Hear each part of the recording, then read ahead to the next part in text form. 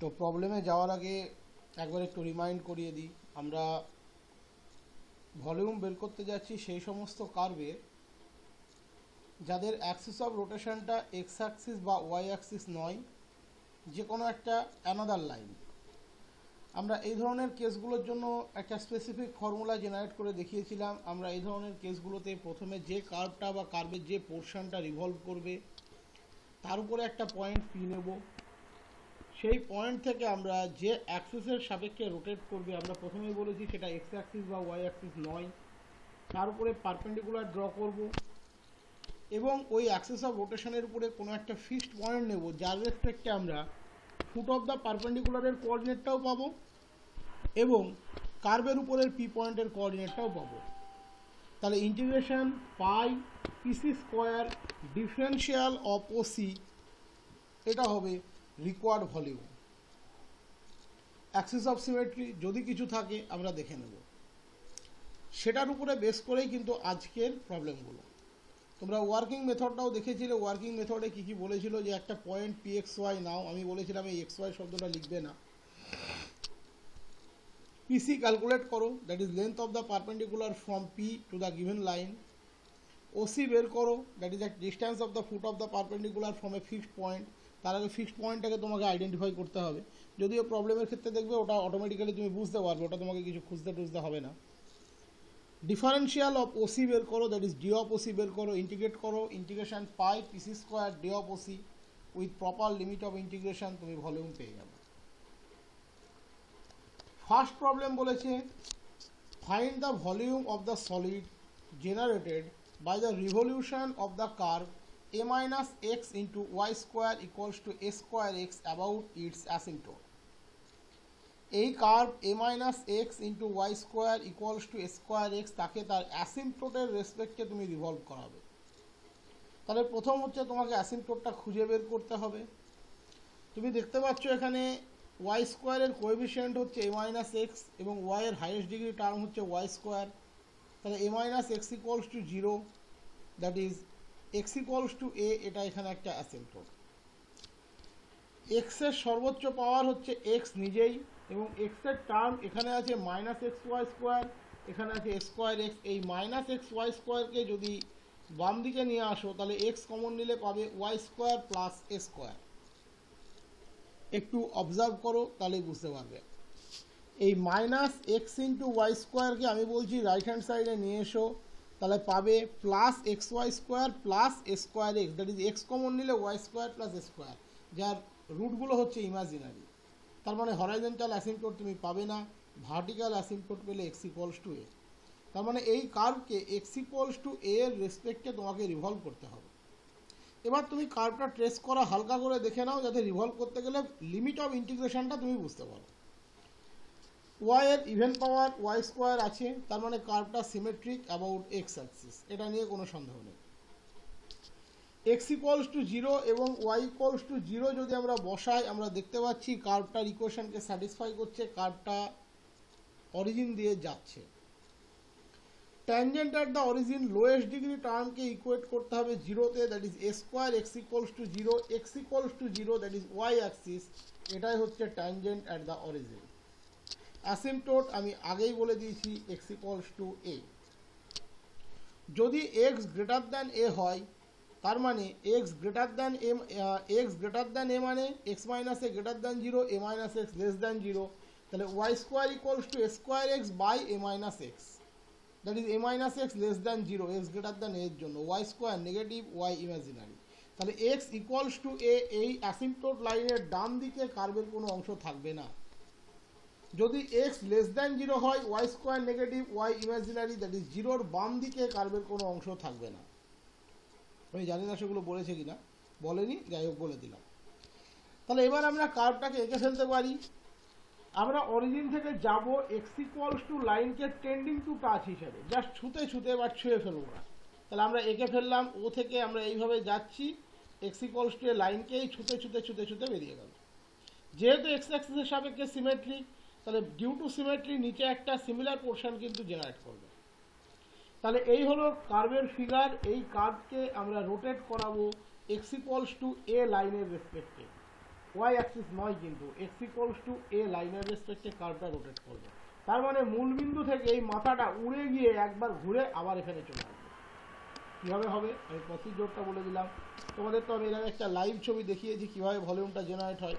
এটা যদি এর রেসপেক্টে রোটেট করতো তাহলে কী হতো, ও বিন্দুটাকে সেন্টার করে একবার ঘুরে যেত, কিন্তু এখানেও এক্স ইকুয়ালস টু একে বেস করে ঘুরবে, এটা ওর অ্যাক্সিস অফ রোটেশন। তার মানে কার্ভটা ও থেকে উপরে গিয়ে একবার ঘুরে আবার ওতে চলে আসবে। আশা করি কি বলতে চাইছি প্রত্যেকে বুঝতে পারছো। এটা বোর্ডে হলেও কিন্তু দেখানো সম্ভব ছিল না। ওয়াই অ্যাক্সিসের সাপেক্ষে রোটেট করলে কি হতো, ওকে বেস করে একবার এসে এরকম করে ঘুরে এখানে চলে আসবে, বাট এখানে ও এর রেসপেক্টে রোটেট করবে, দ্যাট ইজ এখান থেকে উপরে একবার ঘুরে এসে আবার এখানে চলে আসবে। আমার এত কিছু জানার যদিও প্রয়োজন নেই, আমি এখানে পেলাম ক্যাপিটালের পয়েন্টটা হচ্ছে এখানে A0 আর ও হচ্ছে 0 0। কার্ভটা রোটেট করছে, দ্যাট ইজ এই ইনার এরিয়াটা রোটেট করছে কার রেসপেক্টে, এক্স ইকুয়ালস টু এ লাইনের রেসপেক্টে। তাহলে এখানে খেয়াল করো কার্ভের আপার হাফ কিন্তু সেপারেটলি রোটেট করবে, লোয়ার হাফ কিন্তু সেপারেটলি রোটেট করবে। এখানে কিন্তু ওই সেমি সার্কেলের কনসেপ্ট কিন্তু আসবে না। সেমি সার্কেলের ক্ষেত্রে কেন আমরা কোনো ডাবল নিইনি, দ্যাট ইজ 2 দিয়ে গুণ করিনি, কারণ সেমি সার্কেল রোটেট করে যে স্ফেয়ার তৈরি করবে, টোটাল সার্কেল রোটেট করে সেম স্ফেয়ার কিন্তু তৈরি করবে, বাট এখানে কিন্তু তা নয়। কার্ভের আপার পোর্শন, দ্যাট ইজ এই পোর্শনটা ওয়ে লাইনের উপরের পোর্শনটা রোটেট করা মানেই নিচের পোর্শন ভলিউমে কিন্তু তৈরি হবে না। নিচের পোর্শনের ভলিউম তৈরি হওয়ার জন্য উপরের পোর্শন এবং নিচের পোর্শন দুটোকেই মুভ করতে হবে। যেহেতু কার্ভটা এক্স অ্যাক্সিসের সাপেক্ষে সিমেট্রিক, তাহলে আমরা আপার হাফকে মুভ করিয়ে যে রেজাল্টটা পাবো তাকে 2 দিয়ে গুণ করে দিলে টোটাল ভলিউমটা পেয়ে যাব। এই কথাটা প্রথমে তোমাদেরকে বুঝে নিতে হবে। এখানে কার্ভের আপার হাফ, দ্যাট ইজ ওয়ের উপরে কার্ভের যে পোর্শনটা আছে ফার্স্ট কোয়াড্র্যান্টে, সে যদি মুভ করে, আবার লোয়ার পোর্শন মুভ না করলে লোয়ার পোর্শনের ভলিউম কিন্তু তৈরি হবে না। বলে যে পুরো কার্ভটাই অ্যাসিম্পটোটের রেসপেক্টে মুভ করবে। বোঝা গেল? তাহলে 2 দিয়ে গুণ হবে, ও এক্স এর রেসপেক্টে ক্যালকুলেশন হবে। এবার আমার কি লাগবে, যে কার্ভ মুভ করছে, দ্যাট ইজ আমি উপরের ব্রাঞ্চটাকে মুভ করাচ্ছি, তাহলে আমার কাজ হচ্ছে উপরের ব্রাঞ্চের উপরে একটা পয়েন্ট তুমি নাও XY, এবং একটা ফিক্সড পয়েন্ট তোমাকে প্রথমে অ্যাসিউম করতে হবে। কার্ভের ইকুয়েশন বলছে এ অরিজিন দিয়ে যাচ্ছে, তাহলে যে কার্ভের উপরে অরিজিন নিজে বিদ্যমান সেখানে অরিজিনের চেয়ে বড় ফিক্সড পয়েন্ট আর কিছু হতে পারে না। তাহলে ও, এটাই আমরা এখানে ফিক্সড পয়েন্ট কনসিডার করলাম, দ্যাট ইজ যা কিছু মেজারমেন্ট করব আমরা ও থেকেই মেজারমেন্ট করব। এবার আমাদের কাজ হচ্ছে কার্ভের ওয়ালে একটা পয়েন্ট পি কনসিডার করা। যেহেতু আমরা ও নিচ্ছি তাহলে পি পয়েন্টটা আমরা এখানে XY ফরম্যাটেই নিচ্ছি। এই পি পয়েন্ট থেকে কার্ভটা যে অ্যাক্সিস অফ রোটেশনের রেসপেক্টে মুভ করবে তার উপরে একটা পারপেন্ডিকুলার ড্র করতে হবে, এবং পিসি আমাকে ক্যালকুলেট করতে হবে। আমি পারপেন্ডিকুলারটা ড্র করলাম পিসি, এই পিসি আমাকে ক্যালকুলেট করতে হবে। ফুট অফ দ্য পারপেন্ডিকুলার এখানে হচ্ছে সেটা সি। এই সি এ থেকে কত দূরত্বে আছে সেটা আমাকে জানতে হবে। দ্যাট ইজ পুরো কার্ভের ক্ষেত্রে ফিক্সড পয়েন্ট ও, কারণ ও এর রেসপেক্টে আমরা সমস্ত কোঅর্ডিনেট নিচ্ছি, বাট এই অ্যাক্সিস অফ রোটেশনের উপরে ফিক্সড পয়েন্ট আমি ডিক্লেয়ার করছি ক্যাপিটাল এ কে A0 কে। তাহলে আমার ফর্মুলা বলছে pi PC square D of OC. OC কেন? কারণ সেখানে অ্যাক্সিস অফ রোটেশনের উপরে ফিক্সড পয়েন্টটা ও ছিল, এখানে অ্যাক্সিস অফ রোটেশনের উপরে ফিক্সড পয়েন্ট কিন্তু এ, কারণ রোটেটটা করবে এর রেসপেক্টে। আমরা মেজারমেন্টের জন্য ফিক্সড করলাম ওকে, ও থেকে আমরা কোঅর্ডিনেটগুলোকে মেজারমেন্ট করব। এই যে পি পয়েন্ট নিলাম আমরা XY, এই XYটা মেজারমেন্ট করব ও থেকে, দ্যাট ইজ ওডিটা হবে X, পিডিটা হবে Y, but Axis of rotation হচ্ছে এসি। তাহলে থিওরি বলছে যে পয়েন্ট যে কার্ভ মুভ করবে তার উপরে একটা পয়েন্ট নাও, নিলাম পি, তা থেকে অ্যাক্সিস অফ রোটেশনের উপরে পারপেন্ডিকুলার ড্র করো, ড্র করলাম সি পিসি, তাহলে পিসি তোমাকে জানতে হবে। এবার অ্যাক্সিস অফ রোটেশনের উপরে যে কোনো একটা জায়গা থেকে একে মেজারমেন্ট করতে হবে। এখানে মেজারমেন্ট করার একটাই পয়েন্ট আছে, সেটা হচ্ছে এ। তাহলে আমার ফর্মুলা বলছে pi PC square D of AC.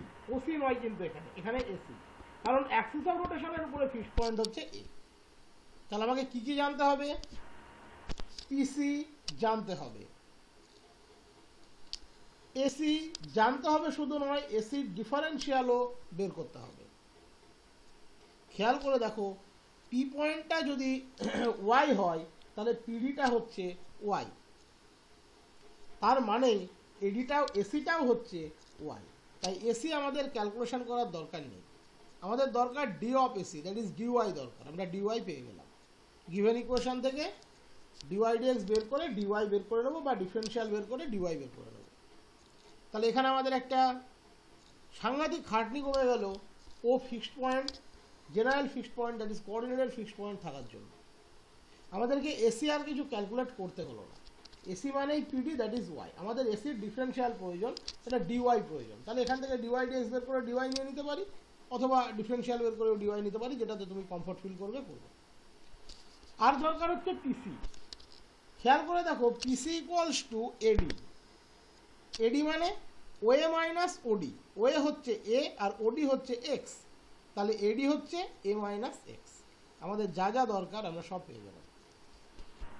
সেটাই এখানে দেখো বলেছে, let P x y be any point on the curve, draw PC perpendicular to the asymptote, that is the axis of revolution, axis of rotation, PD perpendicular on x axis. তাহলে PC হচ্ছে a minus x আর PD হচ্ছে y. এখানে অ্যাসিম্পটোটটা x অ্যাক্সিসকে a zero পয়েন্টে move করেছে, that is এটাই হচ্ছে অ্যাক্সিস অফ রোটেশনের উপরে ফিক্সড পয়েন্ট। আমি তোমাদের প্রথমেই বলেছি, এখানে কিন্তু উপরের পোর্শন রোটেট করে যে ভলিউম তৈরি করবে সেটা নিচের পোর্শনের, উপরের পোর্শন রোটেট করে নিচের পোর্শনের ভলিউম জেনারেট করবে না। তাহলে এখানে উপরের পোর্শনের জন্য সেপারেট ক্যালকুলেশন হবে, নিচের পোর্শনের জন্য সেপারেট ক্যালকুলেশন হবে, but symmetry about x axis, তাহলে উপরের পোর্শনকে 2 দিয়ে গুণ করে দিলেই হয়ে যাবে। তাহলে 2 ইন্টু ফর্মুলা বলছে pi PC square D of AC, ওটা ওসি লিখেছিলাম মনে হয়, এখানে এসি লিখলাম, আমি জানি না ওখানে ওখানে মনে হয় ওসি লিখেছিলাম, হ্যাঁ ওসি লিখেছিলাম, কারণ ও অ্যাক্সিস অফ রোটেশনের ফিক্সড পয়েন্ট ছিল, এখানে সেটা এ, তাহলে এসি।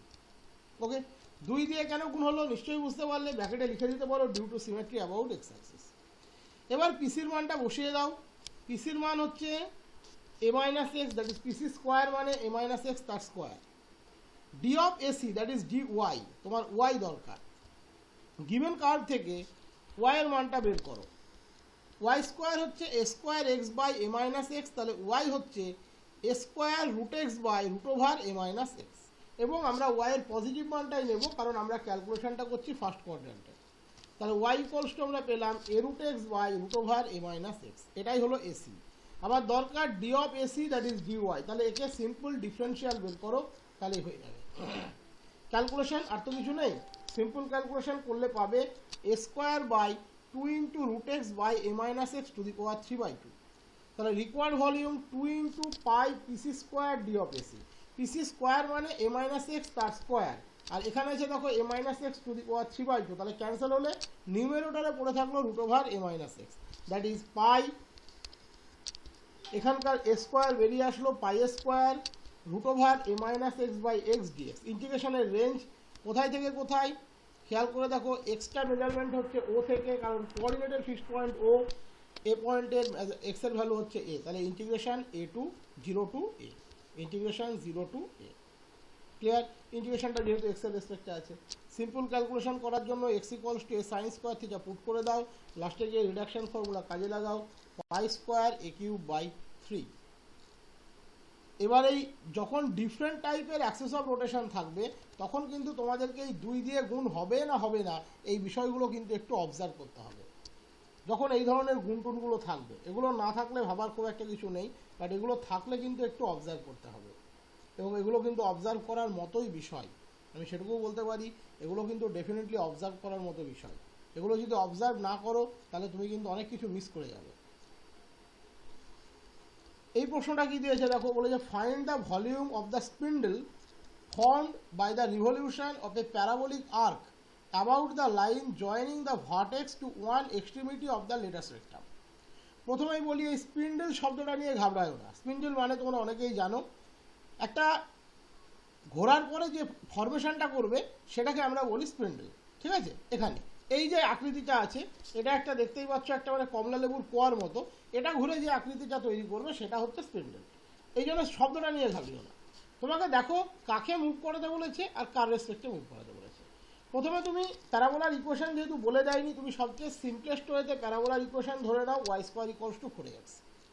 তাহলে তার লেটাস রেক্টাম যদি L1 L2 হয়, L1 এর কোঅর্ডিনেট হবে A2 এ, L2 এর কোঅর্ডিনেট হবে A-2 এ, আর ভার্টেক্স হবে 0 0। তোমাকে যখন কিছু বলে দেয়নি, তুমি তোমার ফেভারে কাজ করবে, সবচেয়ে সিম্পলেস্ট এক্সাম্পল নিয়ে কাজ করবে। তাহলে this is the figure of the parabola. এখানে আমার ছবি আঁকার তো আর কিছু নেই, বা কার্ভ ট্রেসিংয়ের কোনো কিছু এখানে কিন্তু পড়ে নেই, কার্ভ ট্রেসিংয়ের কোনো প্রয়োজনও কিন্তু এখানে নেই। এবার কি বলেছে, ভার্টেক্সের সাথে one extremity of the latus rectum যোগ করো। তোমাকে তার মানে ও এর সাথে L1 বা L2 যে কোনো একটা যোগ করতে বলছে, দুটো কিন্তু বলেনি। ওয়ান এক্সট্রিমিটি যদি দুটো বের করতো তাহলে আবার সেই 2 দিয়ে গুণটুন করার ব্যাপার স্যাপার বা দুটো সেপারেট ক্যালকুলেশন করার ব্যাপার স্যাপার চলে আসতো। তোমাকে বলেছে একটা এক্সট্রিমিটি যোগ করো, তাহলে ও এর সাথে L1 যোগ করো, দ্যাট ইজ OL1, এই স্ট্রেট লাইনটা। তাহলে এখানে এই OL1 এর উপরে কার্ভের যে পোর্শনটা আছে OPL1, এটা রোটেট করবে কার রেসপেক্টে, OL1 এর রেসপেক্টে। কথাটা ভালো করে আগে বুঝতে হবে। বলেছে find the volume of the spindle horn by the revolution of a parabolic arc. একটা প্যারাবোলিক আর্কটা রোটেট করবে কার রেসপেক্টে, about the line joining the vertex to one extremity of the latus rectum, একটা এক্সট্রিমিটি অফ দ্য লেটাস্ট রেক্টামের সাথে। তাহলে OL1 এর রেসপেক্টে OPL আর্কটা মুভ করবে, OL1 এর রেসপেক্টে OPL আর্কটা মুভ করবে। এটুকুই হচ্ছে এখানে বিষয়। তাহলে অটোমেটিক্যালি নিচের পোর্শনের কোনো কন্ট্রিবিউশন নেই, এখানে 2 দিয়ে গুণ হওয়ারও কোনো ব্যাপার নেই। সিম্পল মুভমেন্টটা হবে কার রেসপেক্টে, OL1 এর রেসপেক্টে। OL1 এর রেসপেক্টে ও একবার ঘুরে যাবে, OL1 এর রেসপেক্টে ও একবার ঘুরে যাবে, এখান থেকে এসে OL1 এর উপর দিয়ে ঘুরে গিয়ে আবার পিতে চলে আসবে, OL1 এর রেসপেক্টে ও একবার ঘুরে যাবে। তাহলে এখানে যে পয়েন্টটা আমাকে চয়েস করতে হবে, সেই পয়েন্টটা আমি কোথায় নেব, সেই পয়েন্টটা আমি নেব OPL1 এই আর্কের উপরে, দ্যাট ইজ PXY। আমি এখানে পয়েন্টটা নিলাম।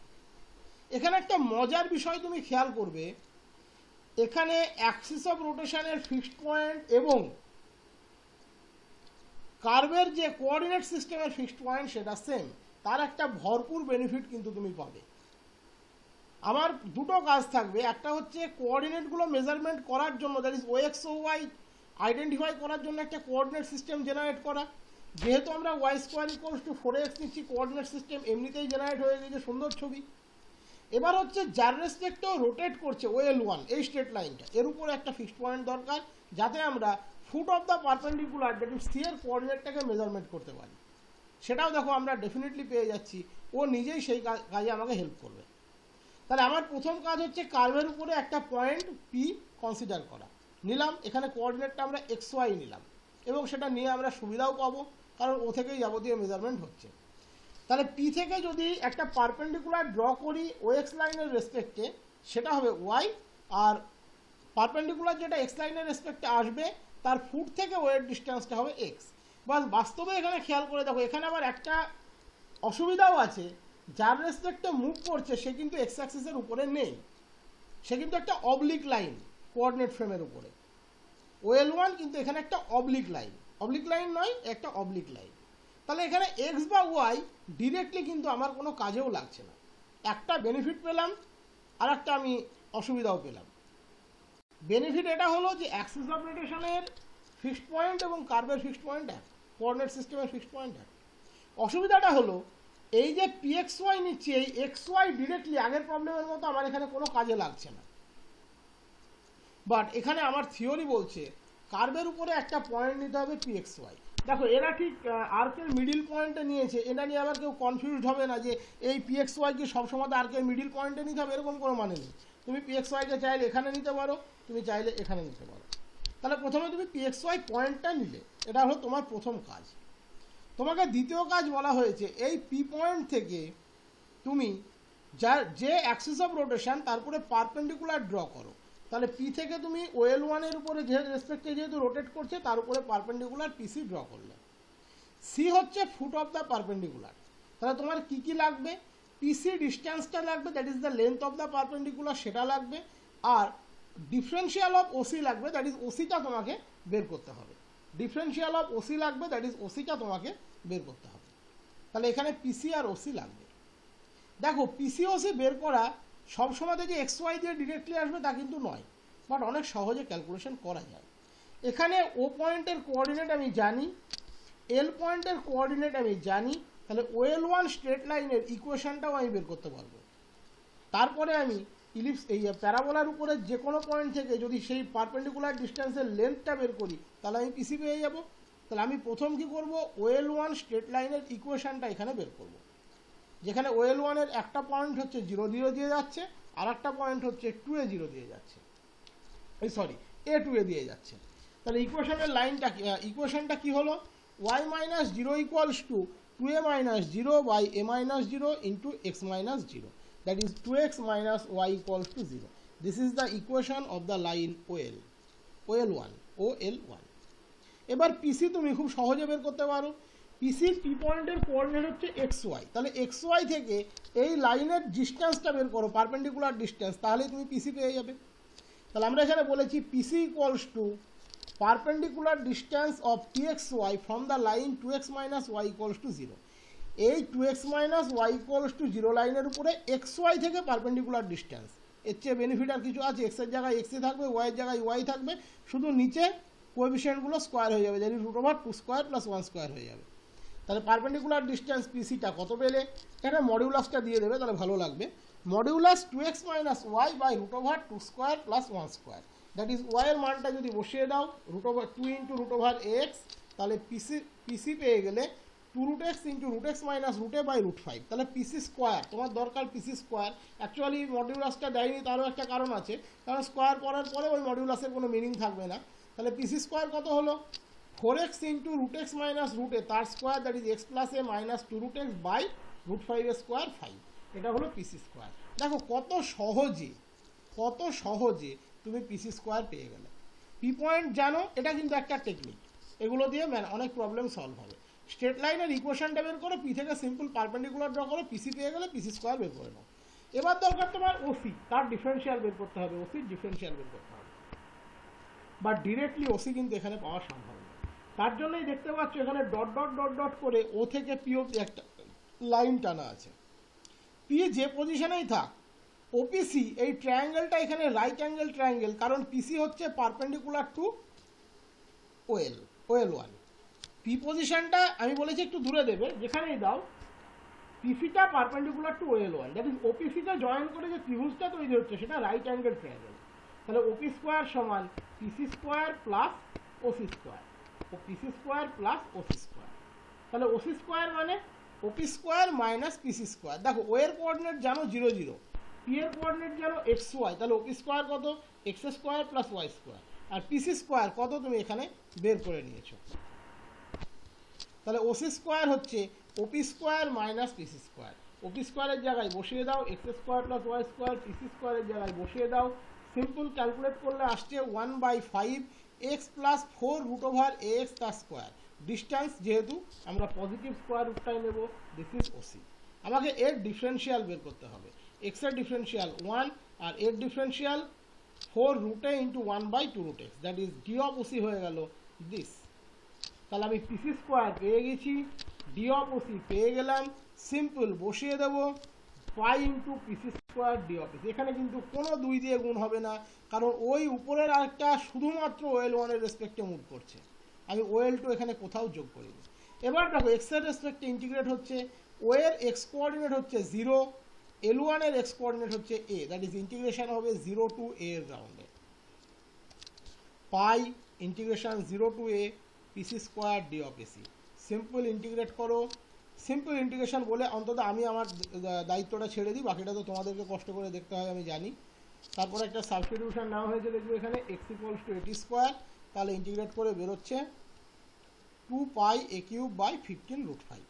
এবং এই x = 80² কেন নেওয়া হয়েছে তোমরা নিশ্চয়ই একটু অবজার্ভ করলে দেখবে, এটা প্যারাবোলার ইকুয়েশন ছিল, যার উপরে আমরা প্যারামেট্রিক কোঅর্ডিনেটটা নিই 80² to 80, তাই এটা সহজে সলভ করতে গেলে x = 80² নিতে হবে। বলেছে find the volume of the Taurus obtained by rotating the area bounded by the circle around the line x = b, যেখানে b greater than a, that is b এর x = b লাইনের b0 পয়েন্টটা রেডিয়াসের চেয়ে বড়, তার মানে সার্কেলটা রেডিয়াসকে ইন্টারসেক্ট করবে না, এটার মানে কিন্তু এটা। যদি b এর চেয়ে ছোট হতো তাহলে x = b লাইনটা সার্কেলের মাঝ দিয়ে যেত, তার জন্য b greater than a। আর টরাস নিয়ে চিন্তা করবে না, এটা রোটেট করে যে স্ট্রাকচারটা তৈরি করবে মনে মনে ভাবো সেটাই হচ্ছে টরাস। ওকে, এটা রোটেট করে যে স্ট্রাকচারটা তৈরি করবে সেটাই হচ্ছে টরাস। টরাস নিয়ে ভাবতে হবে না। কার রেসপেক্টে রোটেট করছে? এক্স ইকুয়ালস টু বি লাইনের রেসপেক্টে। তাহলে এক্স ইকুয়ালস টু বি লাইনটা ওয়াই অক্ষের প্যারালাল এবং এক্স অক্ষকে বি0 পয়েন্টে ইন্টারসেক্ট করবে। এটাই বলতে চাইছে যে বি এর মানটা এ এর চেয়ে বড়, দ্যাট ইজ এই সার্কেলের যে রেডিয়াস তার চেয়ে বি বড়। তার মানে বি সার্কেলের মাঝে নেই, সার্কেলের থেকে দূরে আছে। দেখো ছবিটা দেখলেই বুঝতে পারবে। This is the equation of the circle and this is the line X equals to B. B এর চেয়ে বড়, যদি বি এর চেয়ে ছোট বা সমান হতো, যদি সমান হতো তাহলে কি হতো? বি এ পয়েন্ট দিয়ে যেত, দ্যাট ইজ এ পয়েন্টের ট্যানজেন্ট হয়ে যেত এক্স ইকুয়ালস টু বি, যদি বি ইকুয়ালস টু এ হতো। যদি বি লেস দ্যান এ হতো তাহলে এর মাঝে কোথাও ওই এম এন লাইনটা ও এর মাঝে দাঁড়িয়ে যেত, ও এর উপরে পারপেন্ডিকুলার হতো, ও থেকে এর মাঝখানে। বাট বি গ্রেটার দ্যান এ, তার মানে ওই লাইনটা একে অন্তত কোথাও ইন্টারসেক্ট করবে না, এর থেকে একটু দূরেই আছে, তাহলে এর থেকে দূরে আছে। আশা করি আমি কি বোঝাতে চাইলাম তোমাদের কাছে ক্লিয়ার হয়েছে। বলেছে এক্স ইকুয়ালস টু বি এর রেসপেক্টে এই সার্কেল, পুরো সার্কেলটা কিন্তু এখানে মুভ করবে, পুরো সার্কেলটা এক্স ইকুয়ালস টু বি লাইনের রেসপেক্টে মুভ করবে, যেখানে বি এ এর চেয়ে বড়।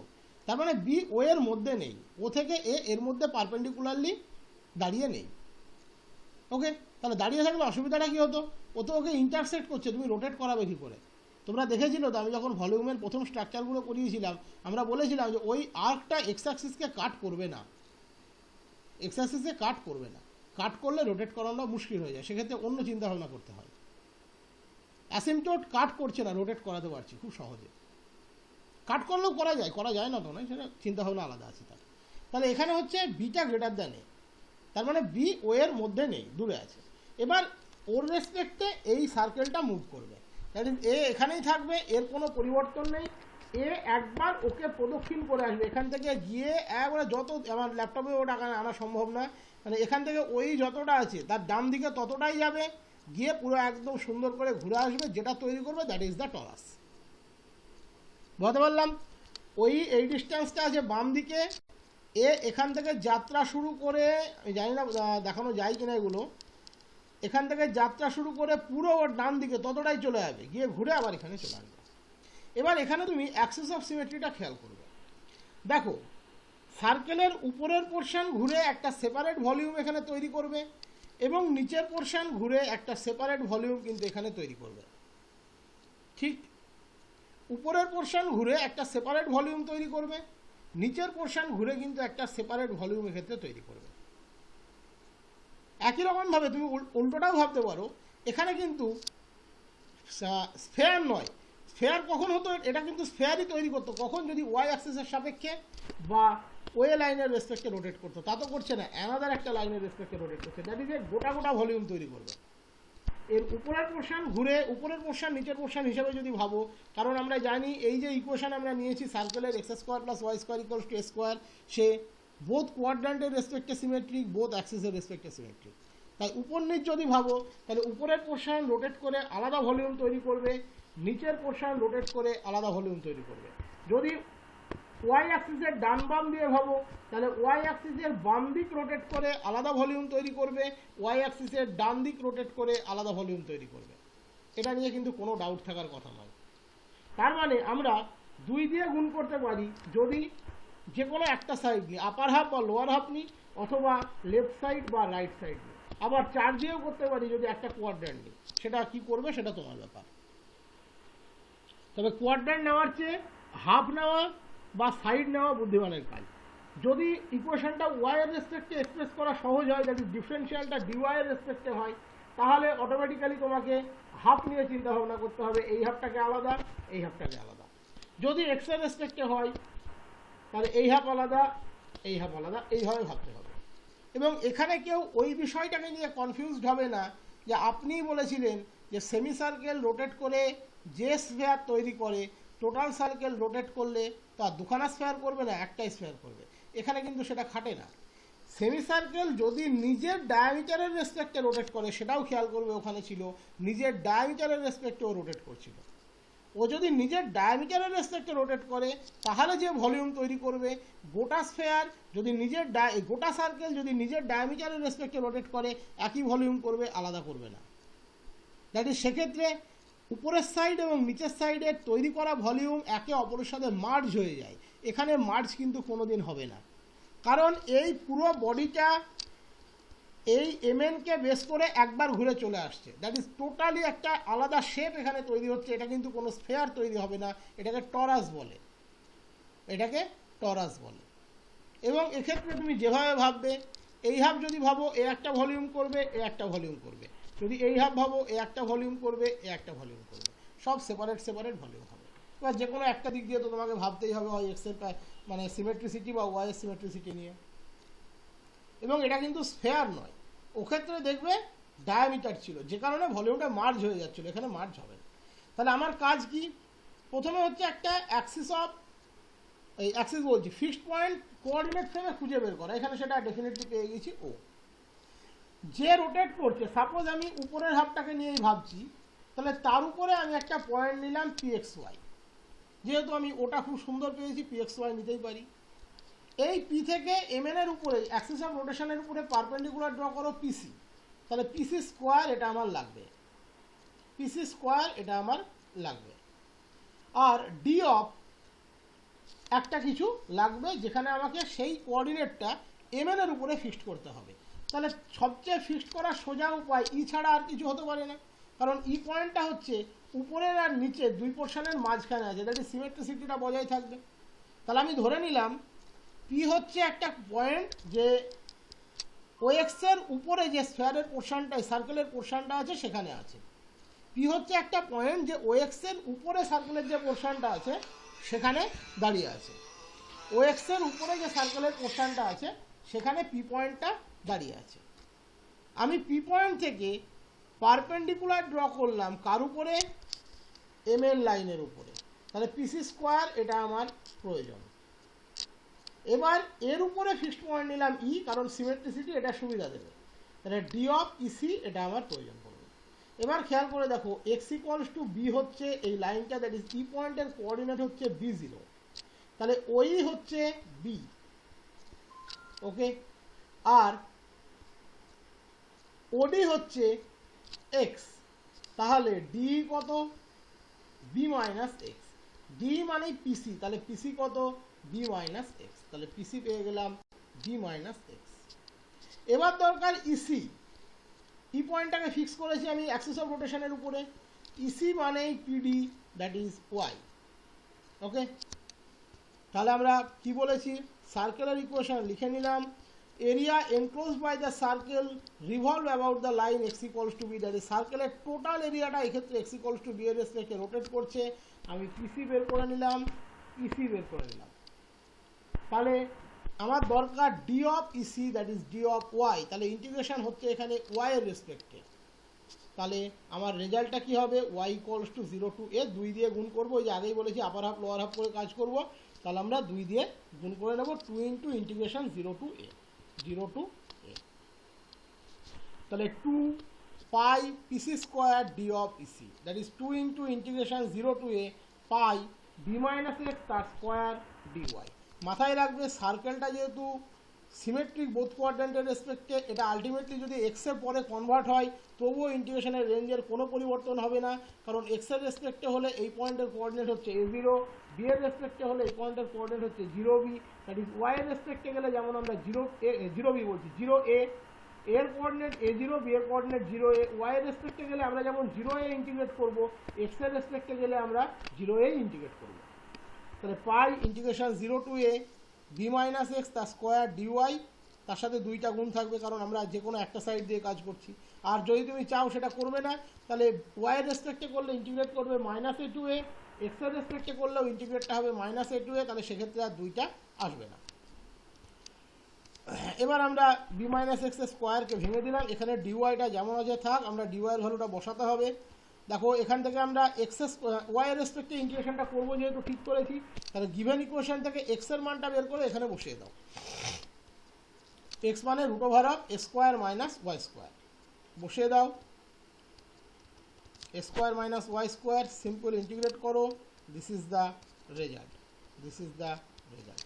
ইন্টিগ্রেশন দেখাটা তোমাদের দায়িত্ব, ঠিক আছে। এই হলো হিসেব।